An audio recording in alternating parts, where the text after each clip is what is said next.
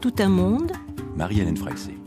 Le magazine des cultures et des identités en mouvement.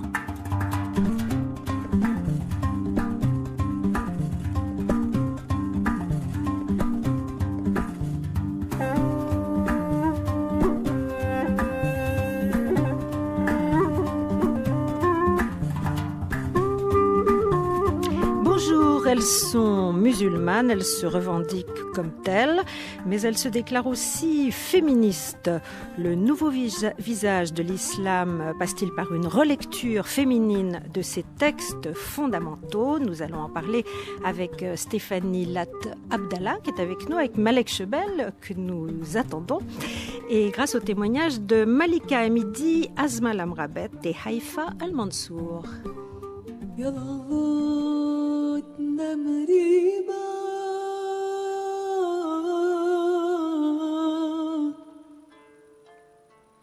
يلا يجيها النوم يلا تجيها العوافي كل يوم بيوم يلا تنام لن بحلى جوز الحمام اي يا حمام لا تصدق روحي يا حمام لا تصدق بضحك عالي ما لا تنام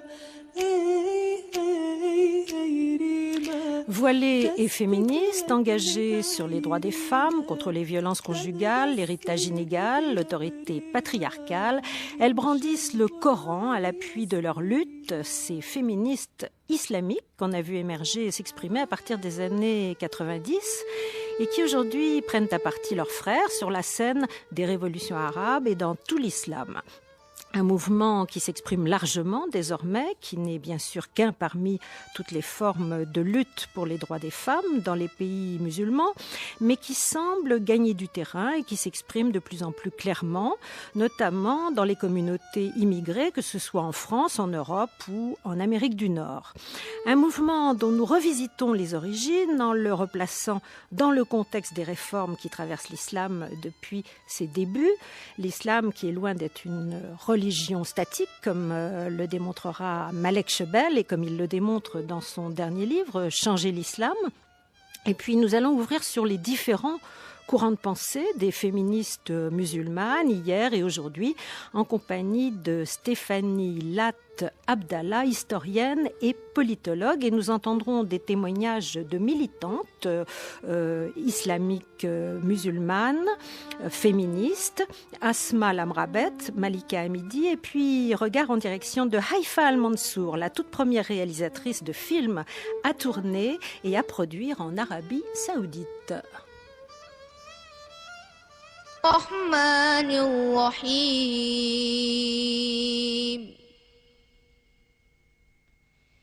لو أنزلنا هذا القرآن على جبل لرأيته خاشعا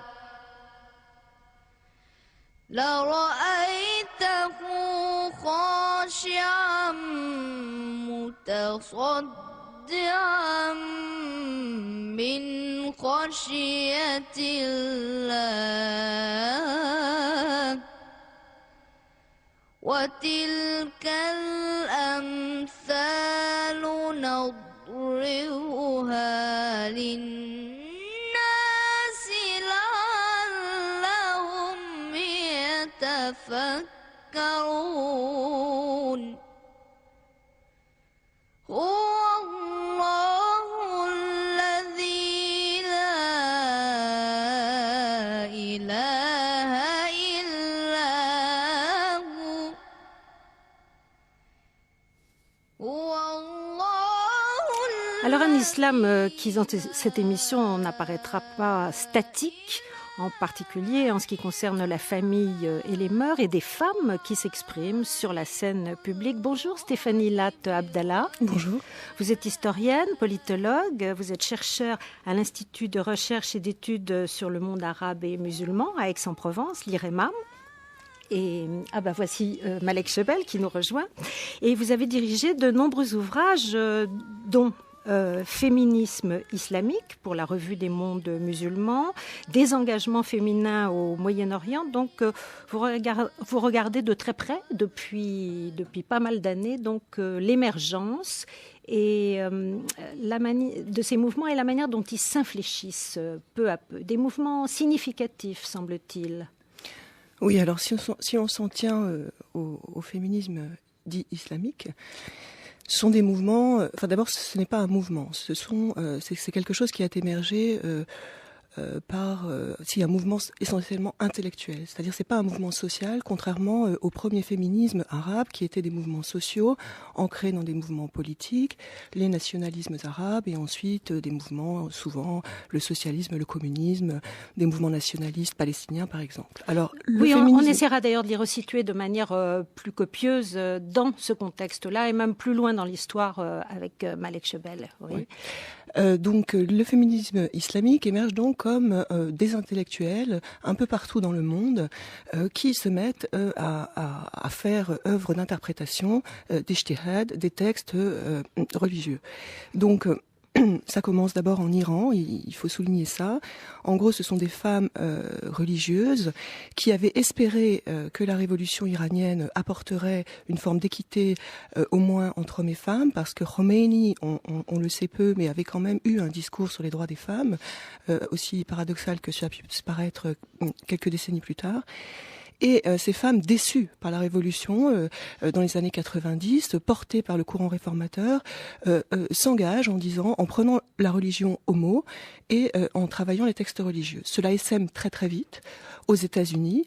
Une des grandes figures, Amina Wadud, une afro-américaine convertie à l'islam, convertie à un islam tout d'abord extrêmement rigoriste, et qui peu à peu s'engage dans une réflexion sur les textes religieux. C'est une théologienne, et ensuite ça essaime à droite à gauche. Il faut quand même juste préciser une chose. Ce sont des intellectuels qui, au départ, viennent de pays de l'islam que l'on dit minoritaire ou périphérique, c'est-à-dire hors monde arabe.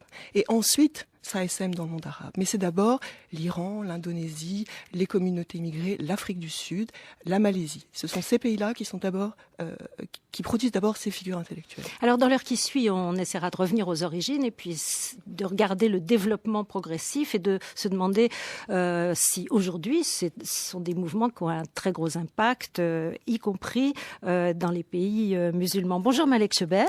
Bonjour. Alors cet essor du mouvement féministe islamique est l'une des multiples illustrations de ce que vous traitez dans votre dernier livre, mais vous l'avez toujours traité dans votre carrière d'anthropologue, d'historien, de philosophe, c'est-à-dire cette capacité que peut avoir, dans certaines conditions, l'islam de se réformer, de revenir à ses sources pour se dynamiser.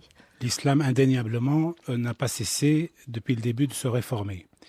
Des réformes malheureusement homéopathiques, si vous voulez, et qui n'avaient pas d'entrée de jeu, de tête, si vous voulez, de porte-flambeau, pour pouvoir être identifiable, pour pouvoir être visible.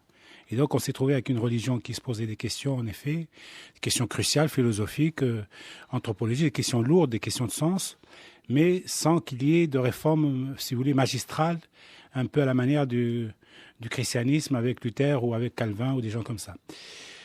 Ça tient d'abord à la structure de l'islam, une structure plus ou moins éclatée d'entrée de jeu, puisque nous avons 3 grandes familles qui vont coexister parallèlement sans vraiment se parler.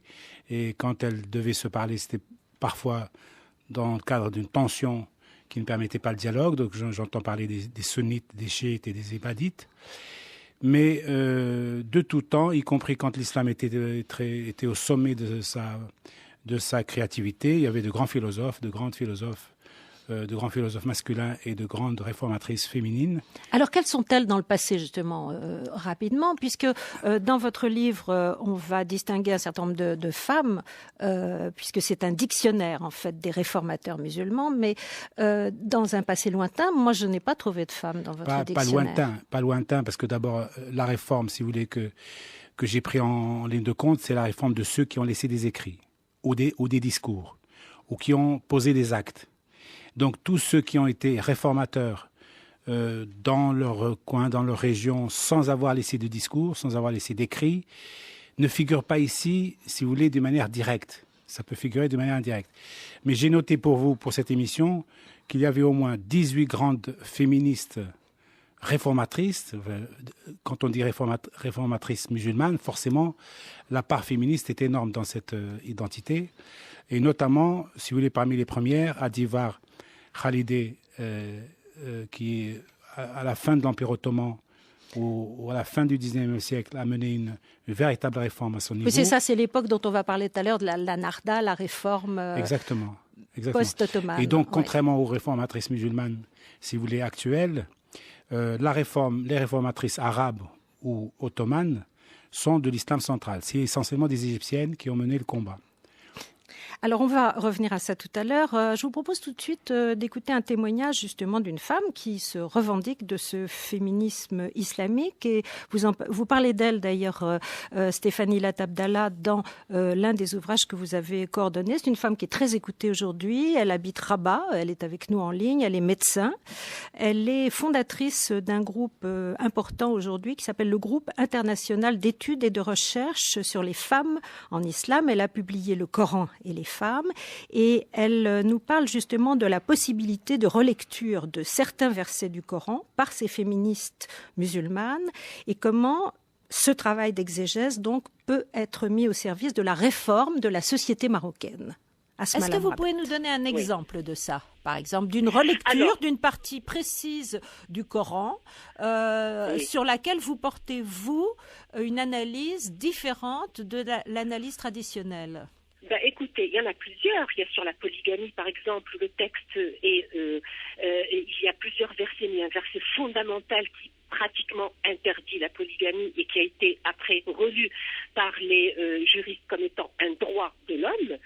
Alors que ce n'est pas vrai, c'est la monogamie qui est la norme dans le message spirituel. Vous avez par exemple l'héritage qui est au cœur maintenant justement des revendications des féministes au Maroc, avec toute la constitution qui a stipulé l'égalité, où on a encore la demi-part de l'héritage, où il y a plusieurs versets qui sont en faveur d'une part égale, mais où on s'est focalisé sur un verset qui était même pas une recommandation, mais qui était un constat de l'époque, bien sûr, où la fille qui héritait de la demi-part, c'était vraiment une avancée par rapport à la civilisation humaine entière, et c'était parce que justement le frère était supposé subvenir aux besoins. Maintenant, dans notre contexte-là, il faut aller plus de l'avant, et les féministes musulmanes justement demandent qu'on fasse ce qu'on appelle un ijtihad, un effort de contextualisation, et c'est quelque chose qu'on peut faire parce qu'en plus on a des latitudes, des versets qui nous permettent de le faire, parce qu'on a des versets, d'autres versets qui parlent d'égalité, mais qui ont été complètement marginalisés par la lecture patriarcale. Vous avez le divorce, par exemple, comme autre exemple. Le divorce a toujours été lu par les juristes musulmans comme étant un droit exclusif de l'homme. On l'a même appelé répudiation, alors que le terme de répudiation n'existe pas dans le Coran. Le Coran parle de divorce comme étant la dissolution d'un contrat de mariage et parle de 3 types de divorce. Le divorce demandé par l'homme, le divorce par l'amiable et le divorce demandé par la femme. Et toujours dans un contexte donc c'est-à-dire de concertation, c'est des choses qui ont été complètement marginalisées. On voit dans la plupart des codes de la famille du monde arabo-musulman, justement, que le divorce est un droit exclusif de l'homme, qu'il en fait ce qu'il veut.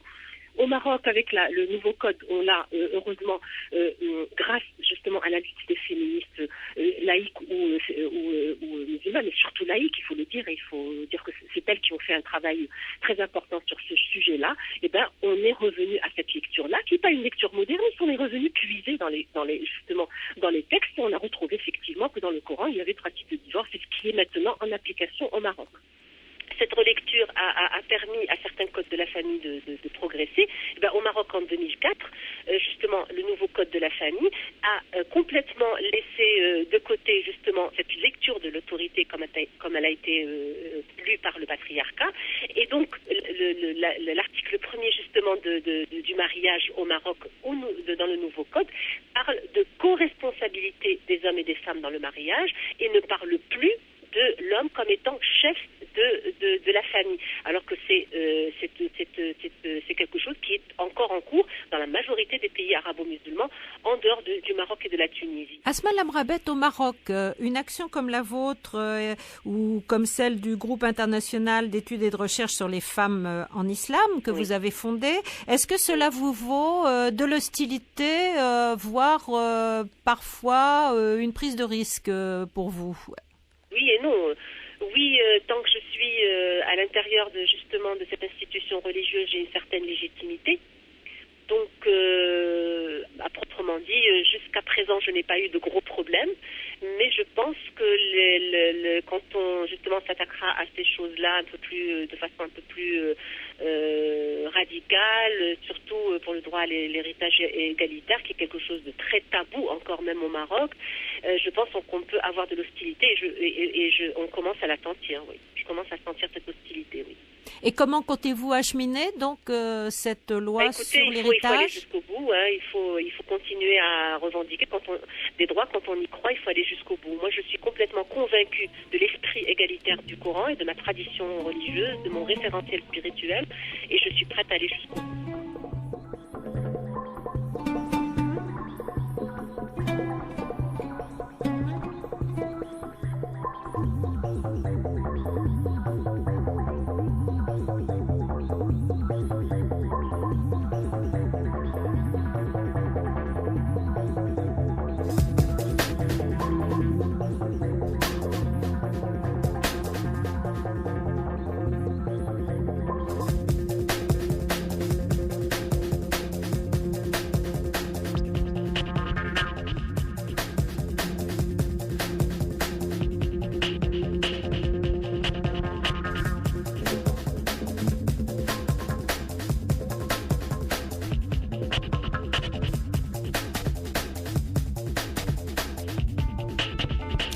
Musulmane et féministe, vous écoutez Tout un monde sur France Culture. Nous écoutions à l'instant Asma Lamrabet, donc au téléphone depuis Rabat. Et nous sommes ici en studio avec Stéphanie Latte Abdallah, historienne, politologue, et Malek Chebel, anthropologue, philosophe. Alors je me tourne vers vous, Malek Chebel, parce que vous avez beaucoup étudié donc le Coran, ses possibilités d'être interprété. Et je voudrais qu'on vienne donc à ce texte fondamental, et peut-être au hadith aussi, pour voir si véritablement il y a une possibilité de relecture de ce texte, puisque c'est ce que veulent faire les féministes islamiques. Elles disent, on prend le texte et on l'interprète différemment.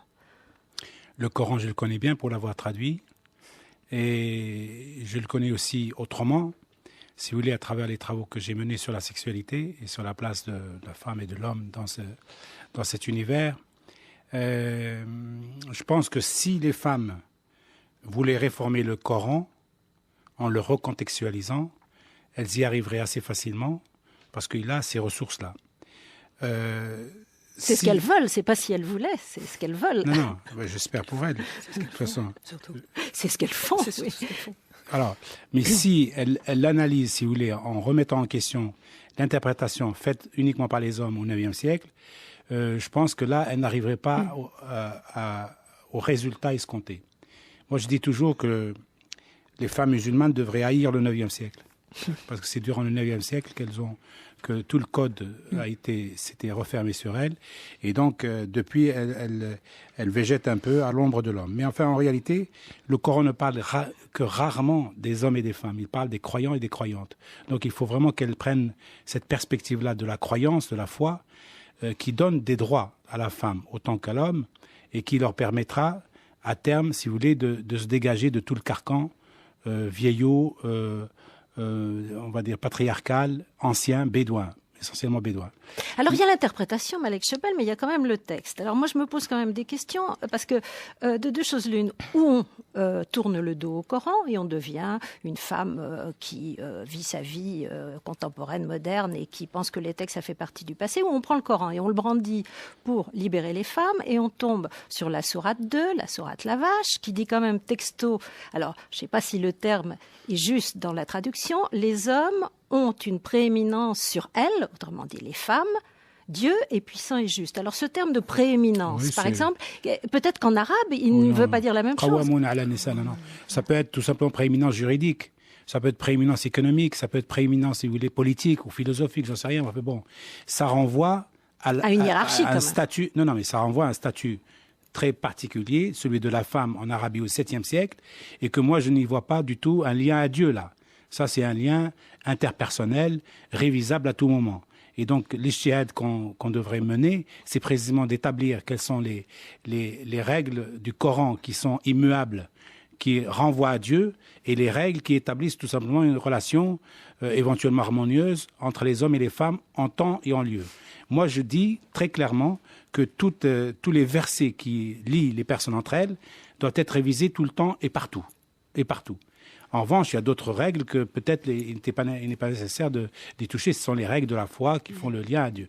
Ça, c'est le type de règles même que nous devons reconfigurer, réanalyser, réinterpréter en tout temps et en tout lieu. Et quand on dit, quand vous avez répudié vos femmes et qu'elles ont atteint le délai fixé, reprenez-les d'une manière convenable ou bien renvoyez-les décemment. Alors, souvent, les féministes islamiques disent, on ne parle pas de répudiation dans le Coran. Ben si, vous répudiez c'est la vos répudiation au sens ancien du terme, dans le sens où la femme n'avait pas... c'était l'homme qui répudiait la femme. C'est dans toutes les règles matrimoniales anciennes, c'est pas seulement l'islam. La femme n'avait pas de poids à ce niveau-là, à ce moment-là. Mais depuis, elle a acquis, Dieu merci, beaucoup plus de poids et d'envergure pour ne pas être répudiée. Maintenant, à la place du mot répudiation, il y a toujours, pratiquement, à part dans les théocraties, le mot divorce. C'est le divorce, et souvent le divorce à l'amiable, qui prévaut à la répudiation. Alors, dans l'argumentation des féministes islamiques, là je me tourne vers Stéphanie Latabdallah, puisque vous êtes une historienne de ces mouvements, on peut quand même trouver un petit peu acrobatique de vouloir partir d'un texte comme ça en faisant un outil de transformation du statut de la femme. Alors moi, je souscris complètement à ce que vient de dire Malek Chebel. Je pense que, bon, déjà, il y a plusieurs choses. Toutes les féministes, et moi c'est pour ça que je préfère la terminologie féministe islamique et non pas musulmane, parce que musulmane, ça renverrait à une dimension sociologique. On peut être sociologiquement musulman sans être pour autant pratiquante ou vouloir s'inscrire dans la foi. Donc ce sont des femmes qui, en général, pas toutes, mais en grande partie, s'inscrivent dans la foi. Elles sont pro-foi. Donc, en gros, elles se disent, pourquoi moi, en tant que femme croyante, serais-je exclue de ma religion pour des motifs qu'elle serait sexiste? Surtout que souvent, c'est le seul moyen c'est ce que nous expliquait Asma Lamrabet, en pays musulman, c'est souvent le seul moyen de faire avancer les choses. C'est loin d'être... à l'intérieur de la religion. Non, c'est loin d'être le seul moyen, dans la mesure où les mouvements féministes séculiers ont été forts et puissants de longue date. En revanche, c'est vrai que ça donne des arguments de poids à certains niveaux, notamment la question des codes du statut personnel qui régissent le droit de la famille, le mariage, le divorce, l'autorité parentale, etc., qui sont dans tous les pays musulmans, à l'exception de la Turquie, inspirés du fiqh, donc du droit musulman. Donc, sur ce terrain-là, effectivement, les arguments religieux sont nécessaires. Mais ce que je voulais dire par rapport à votre question, c'est que finalement, elles ont développé différentes formes d'exégèse. C'est pas un mouvement unanime, c'est un mouvement divers avec des personnalités. Et si on regarde, par exemple, la trajectoire de quelqu'un comme Amina Wadoud, au départ, dans son premier livre, elle essaye d'interpréter cette question de la violence domestique, de la violence de l'homme contre sa femme, qui est présente dans le Coran. Alors elle essaye de le faire en historicisant la terminologie, le mot, etc. Au bout d'un moment, elle arrive au bout de ce type d'interprétation, bien que ça lui serve un temps. Et en 2006, dans son nouveau livre « Inside the Gender Jihad », là, elle change d'optique et elle dit, par exemple, même par rapport à la sourate Al-Nisa qu'il évoque, la sourate sur les femmes, qu'elle n'a pas réussi à l'interpréter de manière satisfaisante. Par contre, et là je renvoie à ce que disait Malek Chebel, qu'est-ce qu'elle fait? Elle distingue effectivement les fondements de la foi, etc., de tout ce qui régit les rapports entre les êtres humains, les mu'amalat. Et donc, à partir de là, elle dit que finalement, elle se base donc sur l'esprit du message, du texte, en remettant en question ça et en disant que ça ne correspond pas aux conceptions contemporaines de la justice et de l'égalité telles qu'elles sont perçues. Et donc elle dit non, elle réfute. Mais alors qu'est-ce qui va rester du texte si on est comme ça sélectif? Mais il en reste tout, mais attendons-nous de la Bible de voir la mer Rouge s'ouvrir? Non.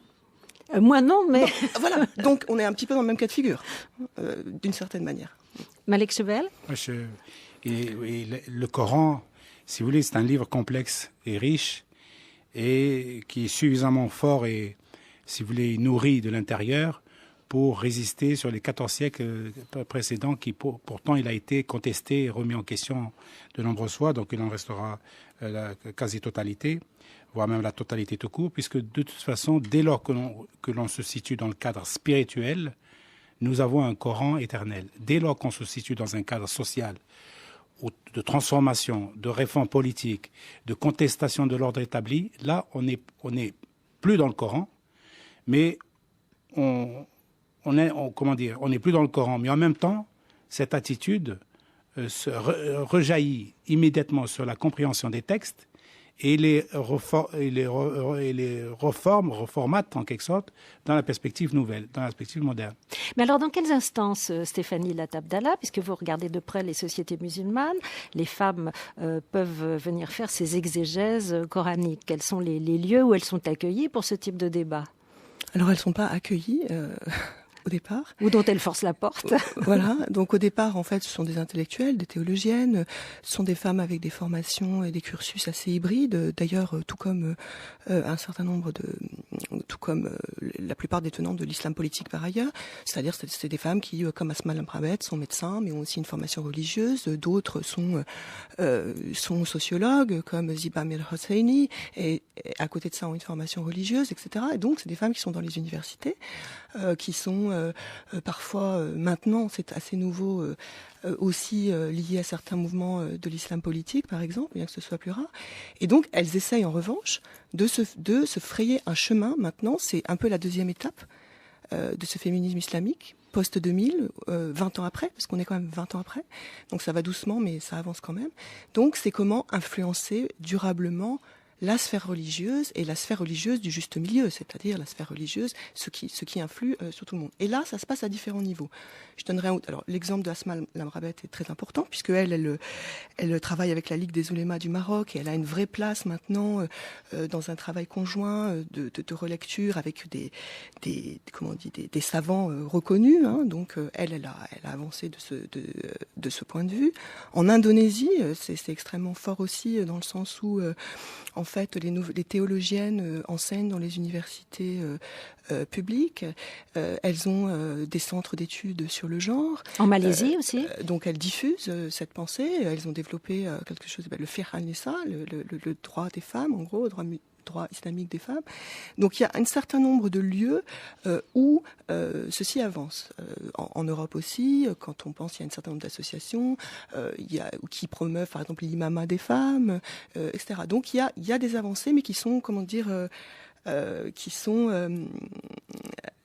qui sont fragmentaires et mais en même temps, et c'est là où notre monde globalisé est quand même important dans la diffusion de ce courant de pensée, c'est que ça dialogue par Internet, il y a des réseaux transnationaux qui se construisent, il y a la Junta Islamica en Espagne, il y a le réseau Moussawa, qui veut dire égalité, qui travaille justement sur ce concept de Kawama et qui essaye de le déconstruire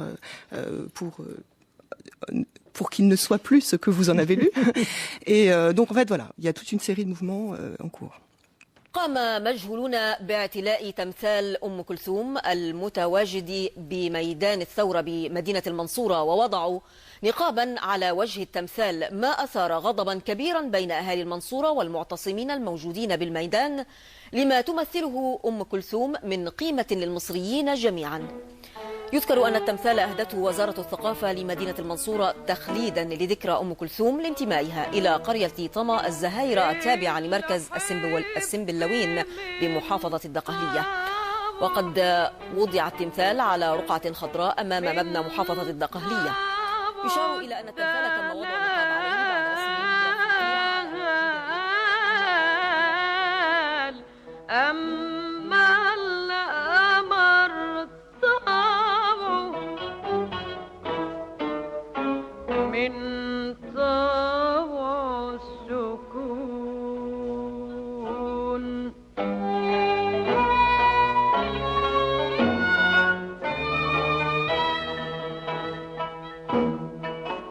Voilà, petit extrait des infos montrant comment Kalsoum a été revoilée en Égypte et puis après un petit bout de sa voix magnifique. Alors aujourd'hui... Pas Kalsoum, hein, c'est son effigie. Hein. Oui, non, mais là, on entend ça. Ah bah bien sûr, effigie, sa statue. Voilà. Alors nous parlons dans tout un monde de ces musulmanes féministes et je vous propose, Malek Chebel, Stéphanie Latabdallah, un nouveau témoignage qui nous vient de Bruxelles, celui de Malika Hamidi, qui est directrice générale d'un de ces réseaux dont vous parliez. Elle est directrice du think tank European Muslim Network et elle est membre du colloque international des musulmans de l'espace francophone. Malika Hamidi. Le Coran, en tant que texte, le Coran a été une révolution dans la vie des femmes de l'époque et l'interprétation qui est faite et qui a été faite les siècles passés sont effectivement, pour certaines, ont été des interprétations qui ont joué contre la libération des femmes alors que le texte a libéré la femme. Malika Hamidi, vous êtes au cœur d'un mouvement de pensée féministe musulman qui se veut transnational. Comment fonctionne ce mouvement féministe musulman ? Écoutez, ce que l'on peut dire, c'est qu'aujourd'hui, on est passé... Alors, dans les années 90, effectivement, il y a eu un petit peu l'élaboration du discours, l'élaboration de la pensée, parce qu'il a fallu structurer la pensée, il a fallu revenir sur des théories féministes, il a fallu revenir sur des paradigmes islamiques. Et aujourd'hui, on est plus, j'ai envie de dire, on est entré dans une ère nouvelle, comme je l'expliquais dans l'article, c'est qu'on est arrivé à la question de la diffusion du discours. Et c'est là, effectivement, où ça se complique un petit peu, puisque faire le lien, on va dire, entre la théorie et la pratique n'est pas une chose aisée, puisque pour beaucoup de féministes musulmanes en Europe francophone, ce qui ressort du terrain, c'est de dire que c'est un discours très élitiste. C'est un discours qui développe un argumentaire que le terrain ici, en Europe francophone, le terrain militant, a du mal à s'approprier. Alors, on n'en est pas au niveau pratique à créer des centres où les femmes peuvent aller plaider pour leurs droits, etc., parce que malheureusement, s'il y a un des points aujourd'hui qui fait... malheureusement grandement défaut, c'est que malheureusement on en arrive à une question d'ordre pratique et financière. C'est-à-dire qu'il faut pouvoir avoir un appui financier que pour créer ce genre de structure. Or, aujourd'hui, la grosse problématique, ce qui ressort en tout cas pour les femmes féministes musulmanes sur le terrain, c'est de faire en sorte que tout ce travail soit accepté, avalisé et subsidié. Il faut que l'État et les gouvernements puissent reconnaître ce travail qui est fait, ce travail de fond au niveau intellectuel et au niveau pratique. Il y a besoin de ce soutien-là. Nous, aujourd'hui, quand on travaille, quand on est investi dans une dynamique de femmes musulmanes ou une dynamique de féministes musulmanes, on est en train de travailler sur le registre du bénévolat et on se bat pour faire reconnaître tout ce travail de discours, tout ce travail intellectuel. Mais effectivement, il y a un gros problème de reconnaissance au niveau gouvernemental de ce travail de fond qui est fait et qui est d'une certaine manière, j'ai envie de dire, un petit peu ralenti parce qu'il n'y a pas tout à fait cette reconnaissance que l'on attendrait. Moi, quand je parle de la situation, qu'on soit bien d'accord, je suis en train de parler des féministes musulmanes de l'Europe francophone, en France et en Belgique. Aujourd'hui, à ma connaissance, les dynamiques de femmes engagées dans ce processus de réinterprétation des textes et d'engagement pour une égalité entre les genres sur le terrain, il n'y a aucune structure que je ne connaisse qui soit subventionnée, subsidiée ni par les gouvernements français ou belges, ni par les Émirats arabes unis. Il y a une autonomie totale et c'est pour ça que je vous parlais de cette difficulté à ancrer le discours. Vous savez, réformer les mentalités, vous le faites effectivement par le discours, donc on le fait par le biais de séminaires, de conférences, par le biais d'articles, etc. Mais implémenter ces réformes sur le terrain, là c'est une autre affaire. Malika Hamidi, dernière question. Quelle est votre priorité actuelle dans votre combat donc de féministes islamiques vivant en Belgique et en prise sur les réseaux internationaux? Personnellement, je pense que les féministes musulmanes aspirent justement à faire partie de cette troisième vague féministe, c'est-à-dire qu'elles aspirent à faire émerger ce féminisme sans frontières, ce féminisme de coalition, puisque le défi c'est bien celui-là, c'est d'être reconnues comme des féministes à part entière, des femmes qui conjuguent leur appartenance nationale, leur islamité, puis ce désir d'être féministe, qu'elles soient acceptées dans le mouvement féministe français ou belge majoritaire, et puis qui s'inscrivent des femmes, donc ce mouvement qui s'inscrit, j'ai envie de dire, dans cette réforme de l'idéologie dominante aujourd'hui, puisque c'est le défi aujourd'hui d'être reconnu et que ce discours de domination à l'endroit des femmes musulmanes puisse cesser. On a beaucoup parlé de la décolonisation de la pratique féministe, puisqu'il y a, d'après mes recherches que j'ai effectuées sur le terrain belge et français, il y a vraiment un rapport de domination entre femmes, et c'est ce qui ressort clairement des féministes musulmanes qui souhaitent vraiment pouvoir développer un rapport d'égal à égal lorsqu'elles désirent se battre pour plus de justice sociale. Mais au-delà de ça, on parle de la décolonisation de cette pratique féministe, mais je parlerai aussi aujourd'hui dans le contexte de l'Europe francophone, et je parle bien du contexte de l'Europe francophone puisque dans le monde anglo-saxon la question est déjà dépassée, mais ici il y a vraiment la nécessité, j'ai envie de dire, de décoloniser aussi la recherche académique en études du genre pour permettre au féminisme islamique d'être reconnu scientifiquement en tant que mouvement d'action et en tant que mouvement de pensée qui a été théorisé par des féministes musulmanes intellectuelles et engagées. Et aujourd'hui, au niveau académique et sur le terrain, c'est vraiment cette décolonisation de la pratique féministe et cette décolonisation aussi, entre guillemets, de la recherche académique avec tout l'apport des théories postcoloniales qui sont d'un grand secours, j'ai envie de dire, dans ce débat.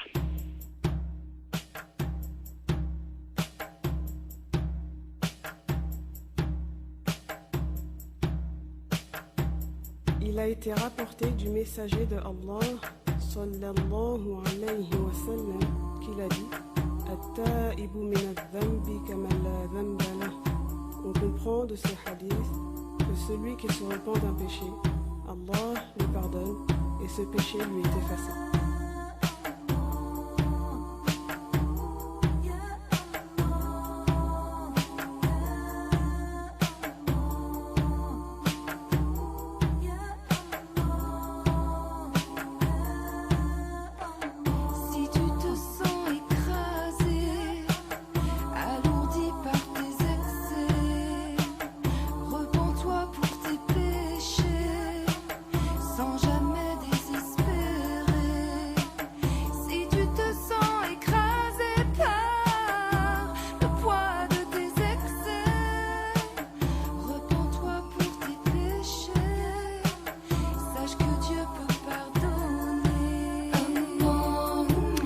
Al-Ghaliya, un groupe de musulmanes françaises. Et auparavant, nous entendions Malika Hamidi du think tank European Muslim Network. Elle était en ligne depuis Bruxelles.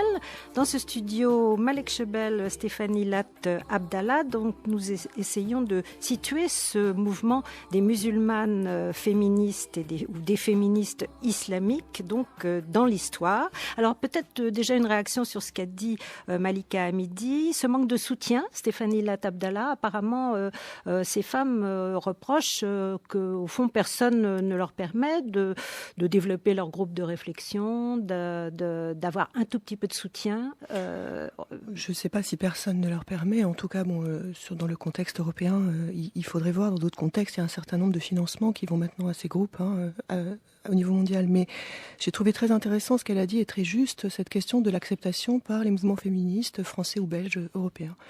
C'est vraiment une vraie question. Et bon, moi, travaillant là-dessus depuis quelques années, je l'ai constaté à maintes reprises. J'étais absolument pas entendue quand je parlais de ça au départ.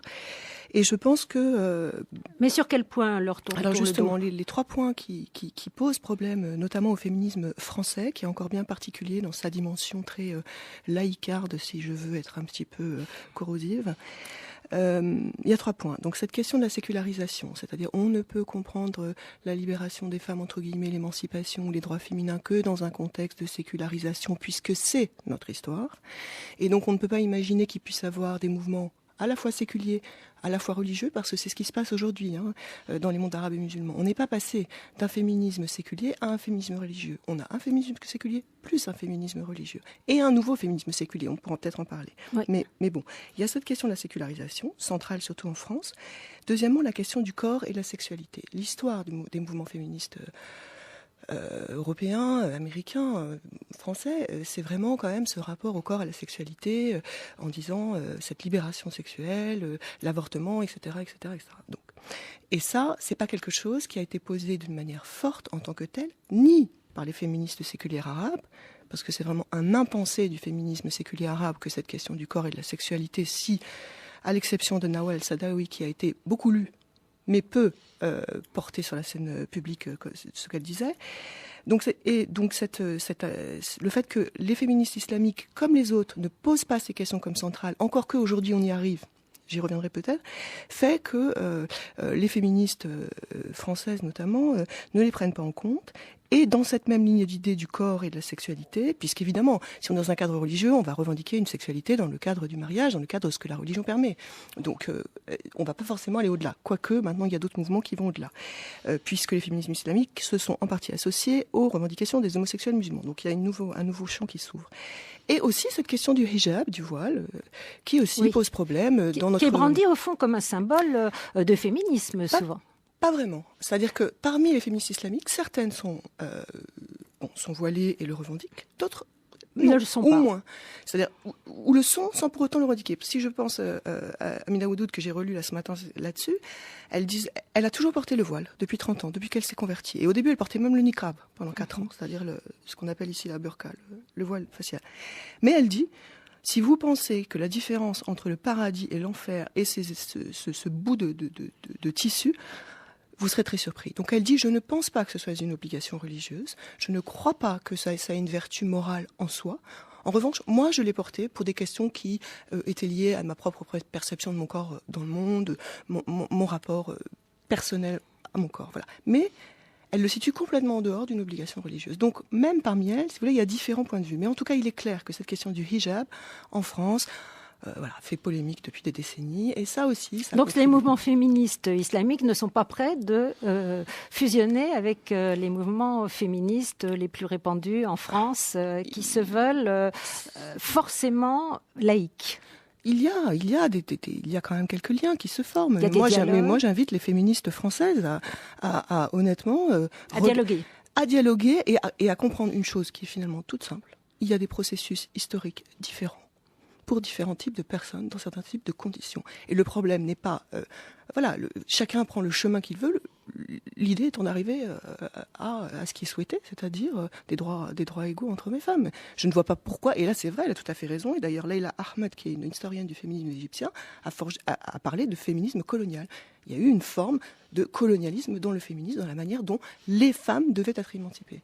Voilà. Alors, on n'a pas sous la main une féministe pour répondre à cet argument, mais je me tourne vers vous, Malek Chebel. Donc, il y aurait une manière très musulmane, au fond, d'être féministe, y compris chez les précurseuses, si je puis dire, comme Nawal El Saadawi, une gynécologue égyptienne qui a milité de manière d'ailleurs très efficace contre l'excision et qui fait partie de ces réformatrices musulmans des origines à nos jours dont vous faites le dictionnaire dans Changer l'islam. Oui, j'en ai dénombré au moins 18 réformatrices importantes d'envergure dans ce livre, et je tiens compte, si vous voulez, des 3 derniers siècles. Mais il y a Divar, dont j'ai parlé tout à l'heure, au moment de l'Empire ottoman. Il y a aussi pas mal d'Égyptiennes. Bahizat el-Badiya, c'est une urbaine qui est allée dans la campagne égyptienne pour travailler au contact de la société égyptienne. Il y a Asma Barlas du Pakistan, il y a Zainab al-Ghazali de l'Égypte encore, Souhairi al-Qalamawi évidemment d'Égypte, Nawal Saadawi qui est gynécologue et qui a aujourd'hui à peu près 80 ans, qu'on a souvent entendu d'ailleurs. Au prix de sa sécurité personnelle, elle a Ouais. traité des questions de l'excision, de l'atteinte au corps féminin et de la liberté individuelle de la femme, la liberté du désir, on va dire, féminin, pendant des années sans être écoutée. Elle était juste écoutée aux États-Unis et en France. Amina Oudoud, très très à la pointe de la réforme. Donc qui est américaine, qui est afro-américaine, qui a lancé l'idée d'être l'imameux, la première imameux.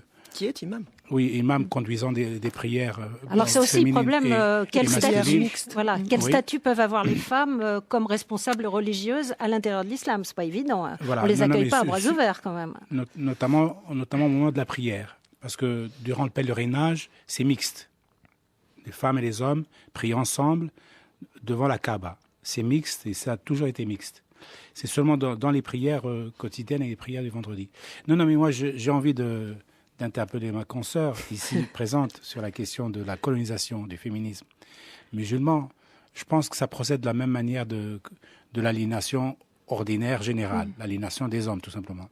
Et que si les féministes musulmanes ou islamiques, comme vous les appelez, voulaient se libérer, elles n'ont qu'à se libérer par leur discours, par leur attitude, par leur indépendance d'esprit. Je pense que tant qu'on est encore dans cette revendication de vouloir être entendu ou écouté ou respecté par les autres féministes non musulmanes, eh bien on est encore dans une sorte d'aliénation. Et je pense que... ça vous renforce quand même, parce qu'on se sent moins seul. Non, attendez. Non, mais je ne crois pas, c'est qu'elles sont attaquées. Moi, j'ai assisté je termine à des... l'argumentaire. Ouais. C'est pas d'ailleurs à la charge de ces féministes en question. C'est juste pour montrer les pistes. Parce que moi, je me suis trouvé une fois, venant de la Commission européenne en Espagne, il y avait des groupes de féministes au sens large, dont des musulmanes, qui m'ont interdit de rentrer, juste parce que je suis un homme. Et c'est là le deuxième point que je soulève. La maturité du mouvement féministe fait qu'aujourd'hui, on inclut l'homme dans le combat de l'affranchissement de la femme. Et affranchir la femme, c'est affranchir toute la société. Donc l'homme est inclus dans ce processus d'affranchissement. Si les féministes islamiques continuent à penser le féminisme d'une manière isolée, juste les femmes entre les femmes, pour les femmes et rien que pour les femmes, elles se planteront, très nettement. En revanche, elles peuvent atteindre une maturité immédiate, politique, intellectuelle, mentale, philosophique et morale, d'inclure ou de considérer que l'homme n'est pas un ennemi ou un adversaire immédiat dans les médias. Il peut être peut-être un adversaire par ignorance, mais il faut l'éduquer de la même manière qu'on s'éduque soi-même dans le féminisme et de le mettre à ses côtés. Évidemment, si les femmes vont revendiquer un droit strictement pour les femmes aux côtés des gouvernants que nous avons, des gouvernants tous des hommes pour la plupart, ils ne seront pas sensibles à cette revendication parce qu'ils vont considérer qu'elle est très minoritaire, d'autant qu'elle est très intellectuelle et très élitiste. Il y a un certain nombre d'hommes quand même qui viennent dialoguer avec ces féministes islamiques. Moi, j'aimerais que ce cercle d'hommes soit plus agrandi et ça sera dans l'intérêt du féminisme lui-même. Stéphanie Latabdallah, des hommes en face, capables quelques figures parmi vos réformateurs, Malek Chebel, d'hommes qui ont milité pour la libération des femmes. Les premiers qui ont posé les textes fondateurs du féminisme, en tout cas de l'égalité homme-femme et du respect de la femme, ce sont des hommes. Oui, enfin, dans une certaine limite quand même, ils ont posé avec un cadre. Mais c'était, il y a eu des hommes. Je suis désolé, à l'époque où c'était fait, c'était révolutionnaire. Ils le payaient par leur posture doctrinale, par leur... Quelle époque ? De la réforme. Ça commence déjà la réforme, fin 19e. 3 siècles. Même avant la réforme, il y a eu des hommes qui ont parlé de féminisme, enfin de l'égalité homme-femme en tout cas.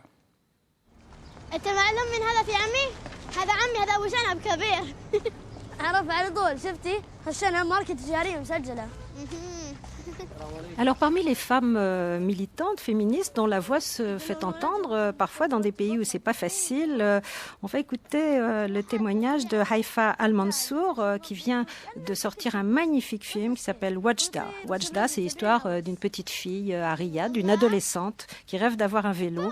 Il y a beaucoup d'humour dans ce film. Là, elle discute avec un copain qui a un vélo, lui, puisque c'est un garçon, il y a droit. Et elle arrive à ses fins d'une manière assez drôle, puisqu'elle va aller à l'école musulmane décrocher un premier prix de religion qui va lui donner de l'argent et qui va lui permettre d'acheter le fameux vélo.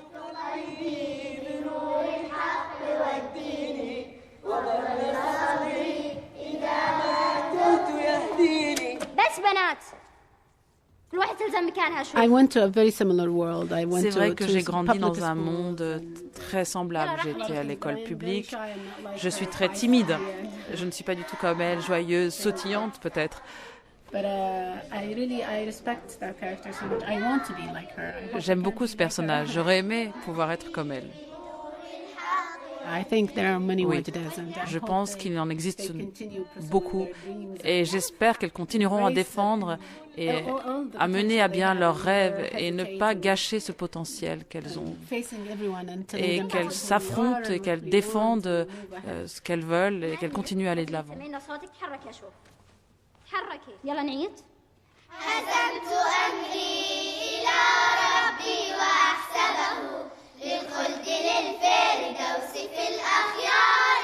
C'est donc le premier film à jamais avoir été tourné à Riyad. Donc, première difficulté, nous avions une autorisation qui nous avait été donnée et le financement, c'est une coproduction entre l'Arabie Saoudite et l'Allemagne, Razed Film, donc est coproducteur, et également un studio qui est aux mains d'un des princes saoudiens. C'est quelqu'un de très ouvert, c'est également un homme d'affaires et c'est vrai qu'il m'a beaucoup aidé et j'aimerais pouvoir produire d'autres films avec son aide.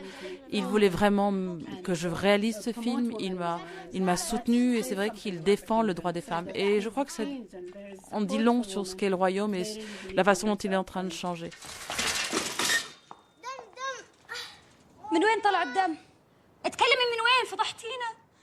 Le film va être présenté à la télévision et en DVD en Arabie Saoudite. Bien évidemment, il n'y a pas de salle de cinéma, donc nous ne pourrons pas le présenter dans les cinémas, mais il passera à la télévision. Montrer les arts ou montrer un film en public, quelque chose qui n'est pas pur. Et cette société traditionnelle depuis tellement longtemps qu'il est difficile de changer les choses. C'est vrai que nous avons des festivals de poésie et aussi de théâtre, mais je crois qu'il faut un temps pour que les gens acceptent que les arts font partie de la vie, de la société. Et avec le temps, heureusement, j'espère que les choses changeront. Les gens regardent les films avec des DVD, ils vont au Bahreïn, ils vont au Qatar voir des films au cinéma en mangeant des pop-corn. Donc ils ont l'expérience du vrai cinéma en passant la frontière. C'est vrai qu'il y a un large débat qui m'entoure. Il y a des gens qui sont en faveur, des gens qui sont contre, qui pensent qu'une femme qui réalise des films va complètement à l'encontre des valeurs. Mais généralement, on me considère comme une femme qui a fait beaucoup de choses pour son pays. Et généralement, vous savez, les gens sont heureux de la façon dont je présente le pays. Et cela fait 5 ans que je défends les couleurs de mon pays à travers mes créations et donc les gens sont plutôt là à me soutenir. À travers vraiment la liberté des femmes, mais à travers les arts. J'adore ce que je fais. وجدة بكرة تعالي بعباية على الراس ولا بنحجز لك مكان تحت الشمس كالعادة إن شاء الله بالله. Haifa Al-Mansour, la première réalisatrice saoudienne, au micro de Laura Adler récemment sur France Culture. Haifa Al-Mansour, à qui on doit ce film très beau, Wajda, dont d'ailleurs notre chaîne est partenaire. Alors venons-en peut-être, puisqu'on va vers la fin de cette émission consacrée donc au féminisme islamique.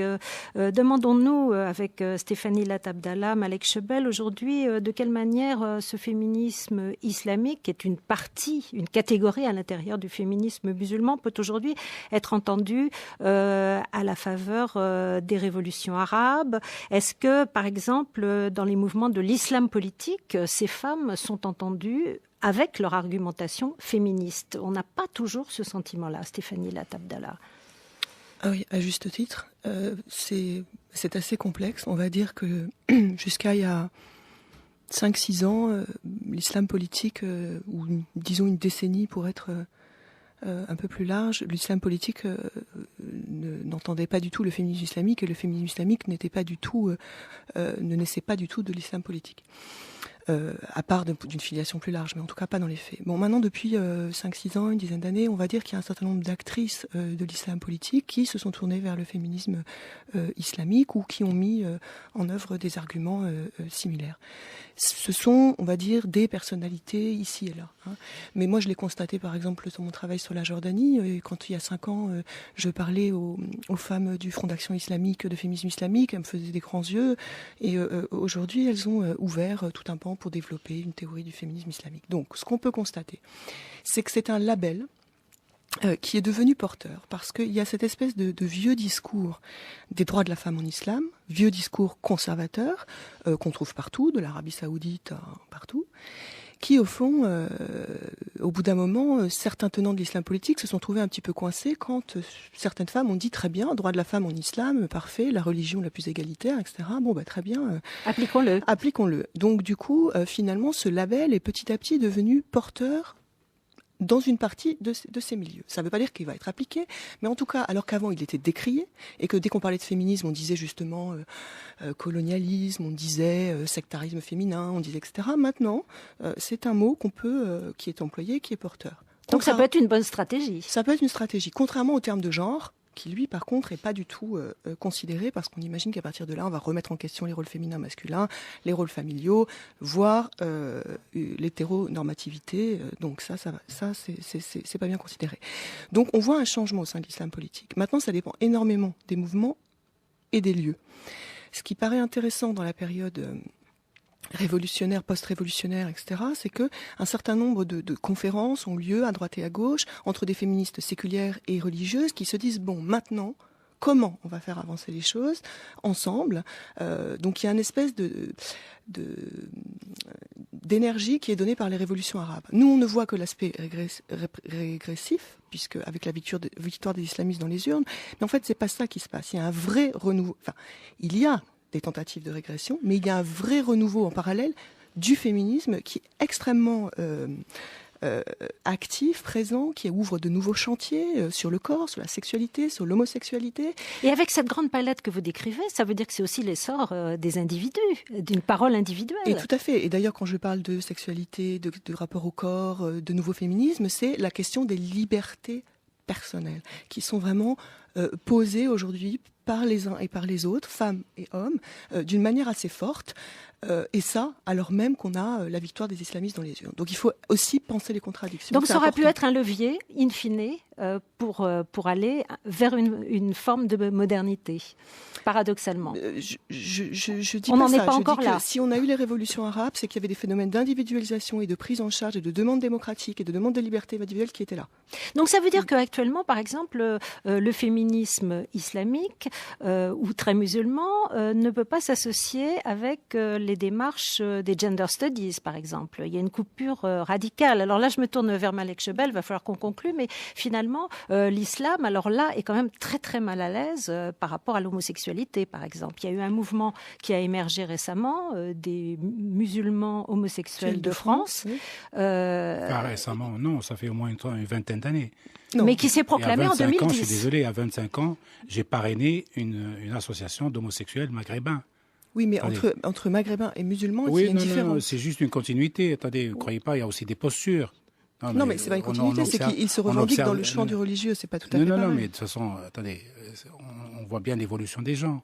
Il y a 30 ans, il y avait une fondation, il y avait une association d'homosexuels maghrébins à Paris qui était très active, qui organisait des séminaires, des débats, etc., qui ne se revendiquait pas de la religion, comme pas plus que d'autres d'ailleurs. Oui, non, mais c'est ça qui change. Là, mais tout a évolué vers l'islam.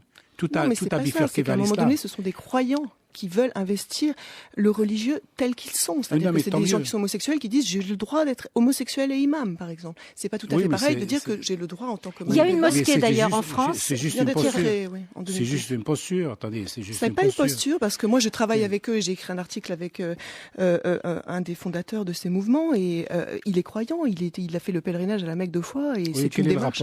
Quel est le rapport avec l'islam? On peut être... Les millions de musulmans homosexuels qui font le pèlerinage pèlerinages à la Mecque n'ont jamais été persécutés parce qu'ils étaient homosexuels. Non, mais moi, j'ai pas dit ça. Voilà. C'est pas ça que je dis. Non, mais ce que je veux dire, moi, attendez. Malek Chebel, c'est déjà un débat plus complexe. Parce qu'on arrive à la fin de l'émission. C'est un débat complexe. Mais disons qu'il y a le féminisme musulman regarde assez peu quand même du côté des mouvements gays. Bon, on va non, une partie du féminisme islamique aujourd'hui travaille avec les homosexuels musulmans. Une toute petite partie. Une petite partie, et les autres ne le font pas parce que c'est pas leur problématique aussi. Bah, du coup, j'ai rien dit.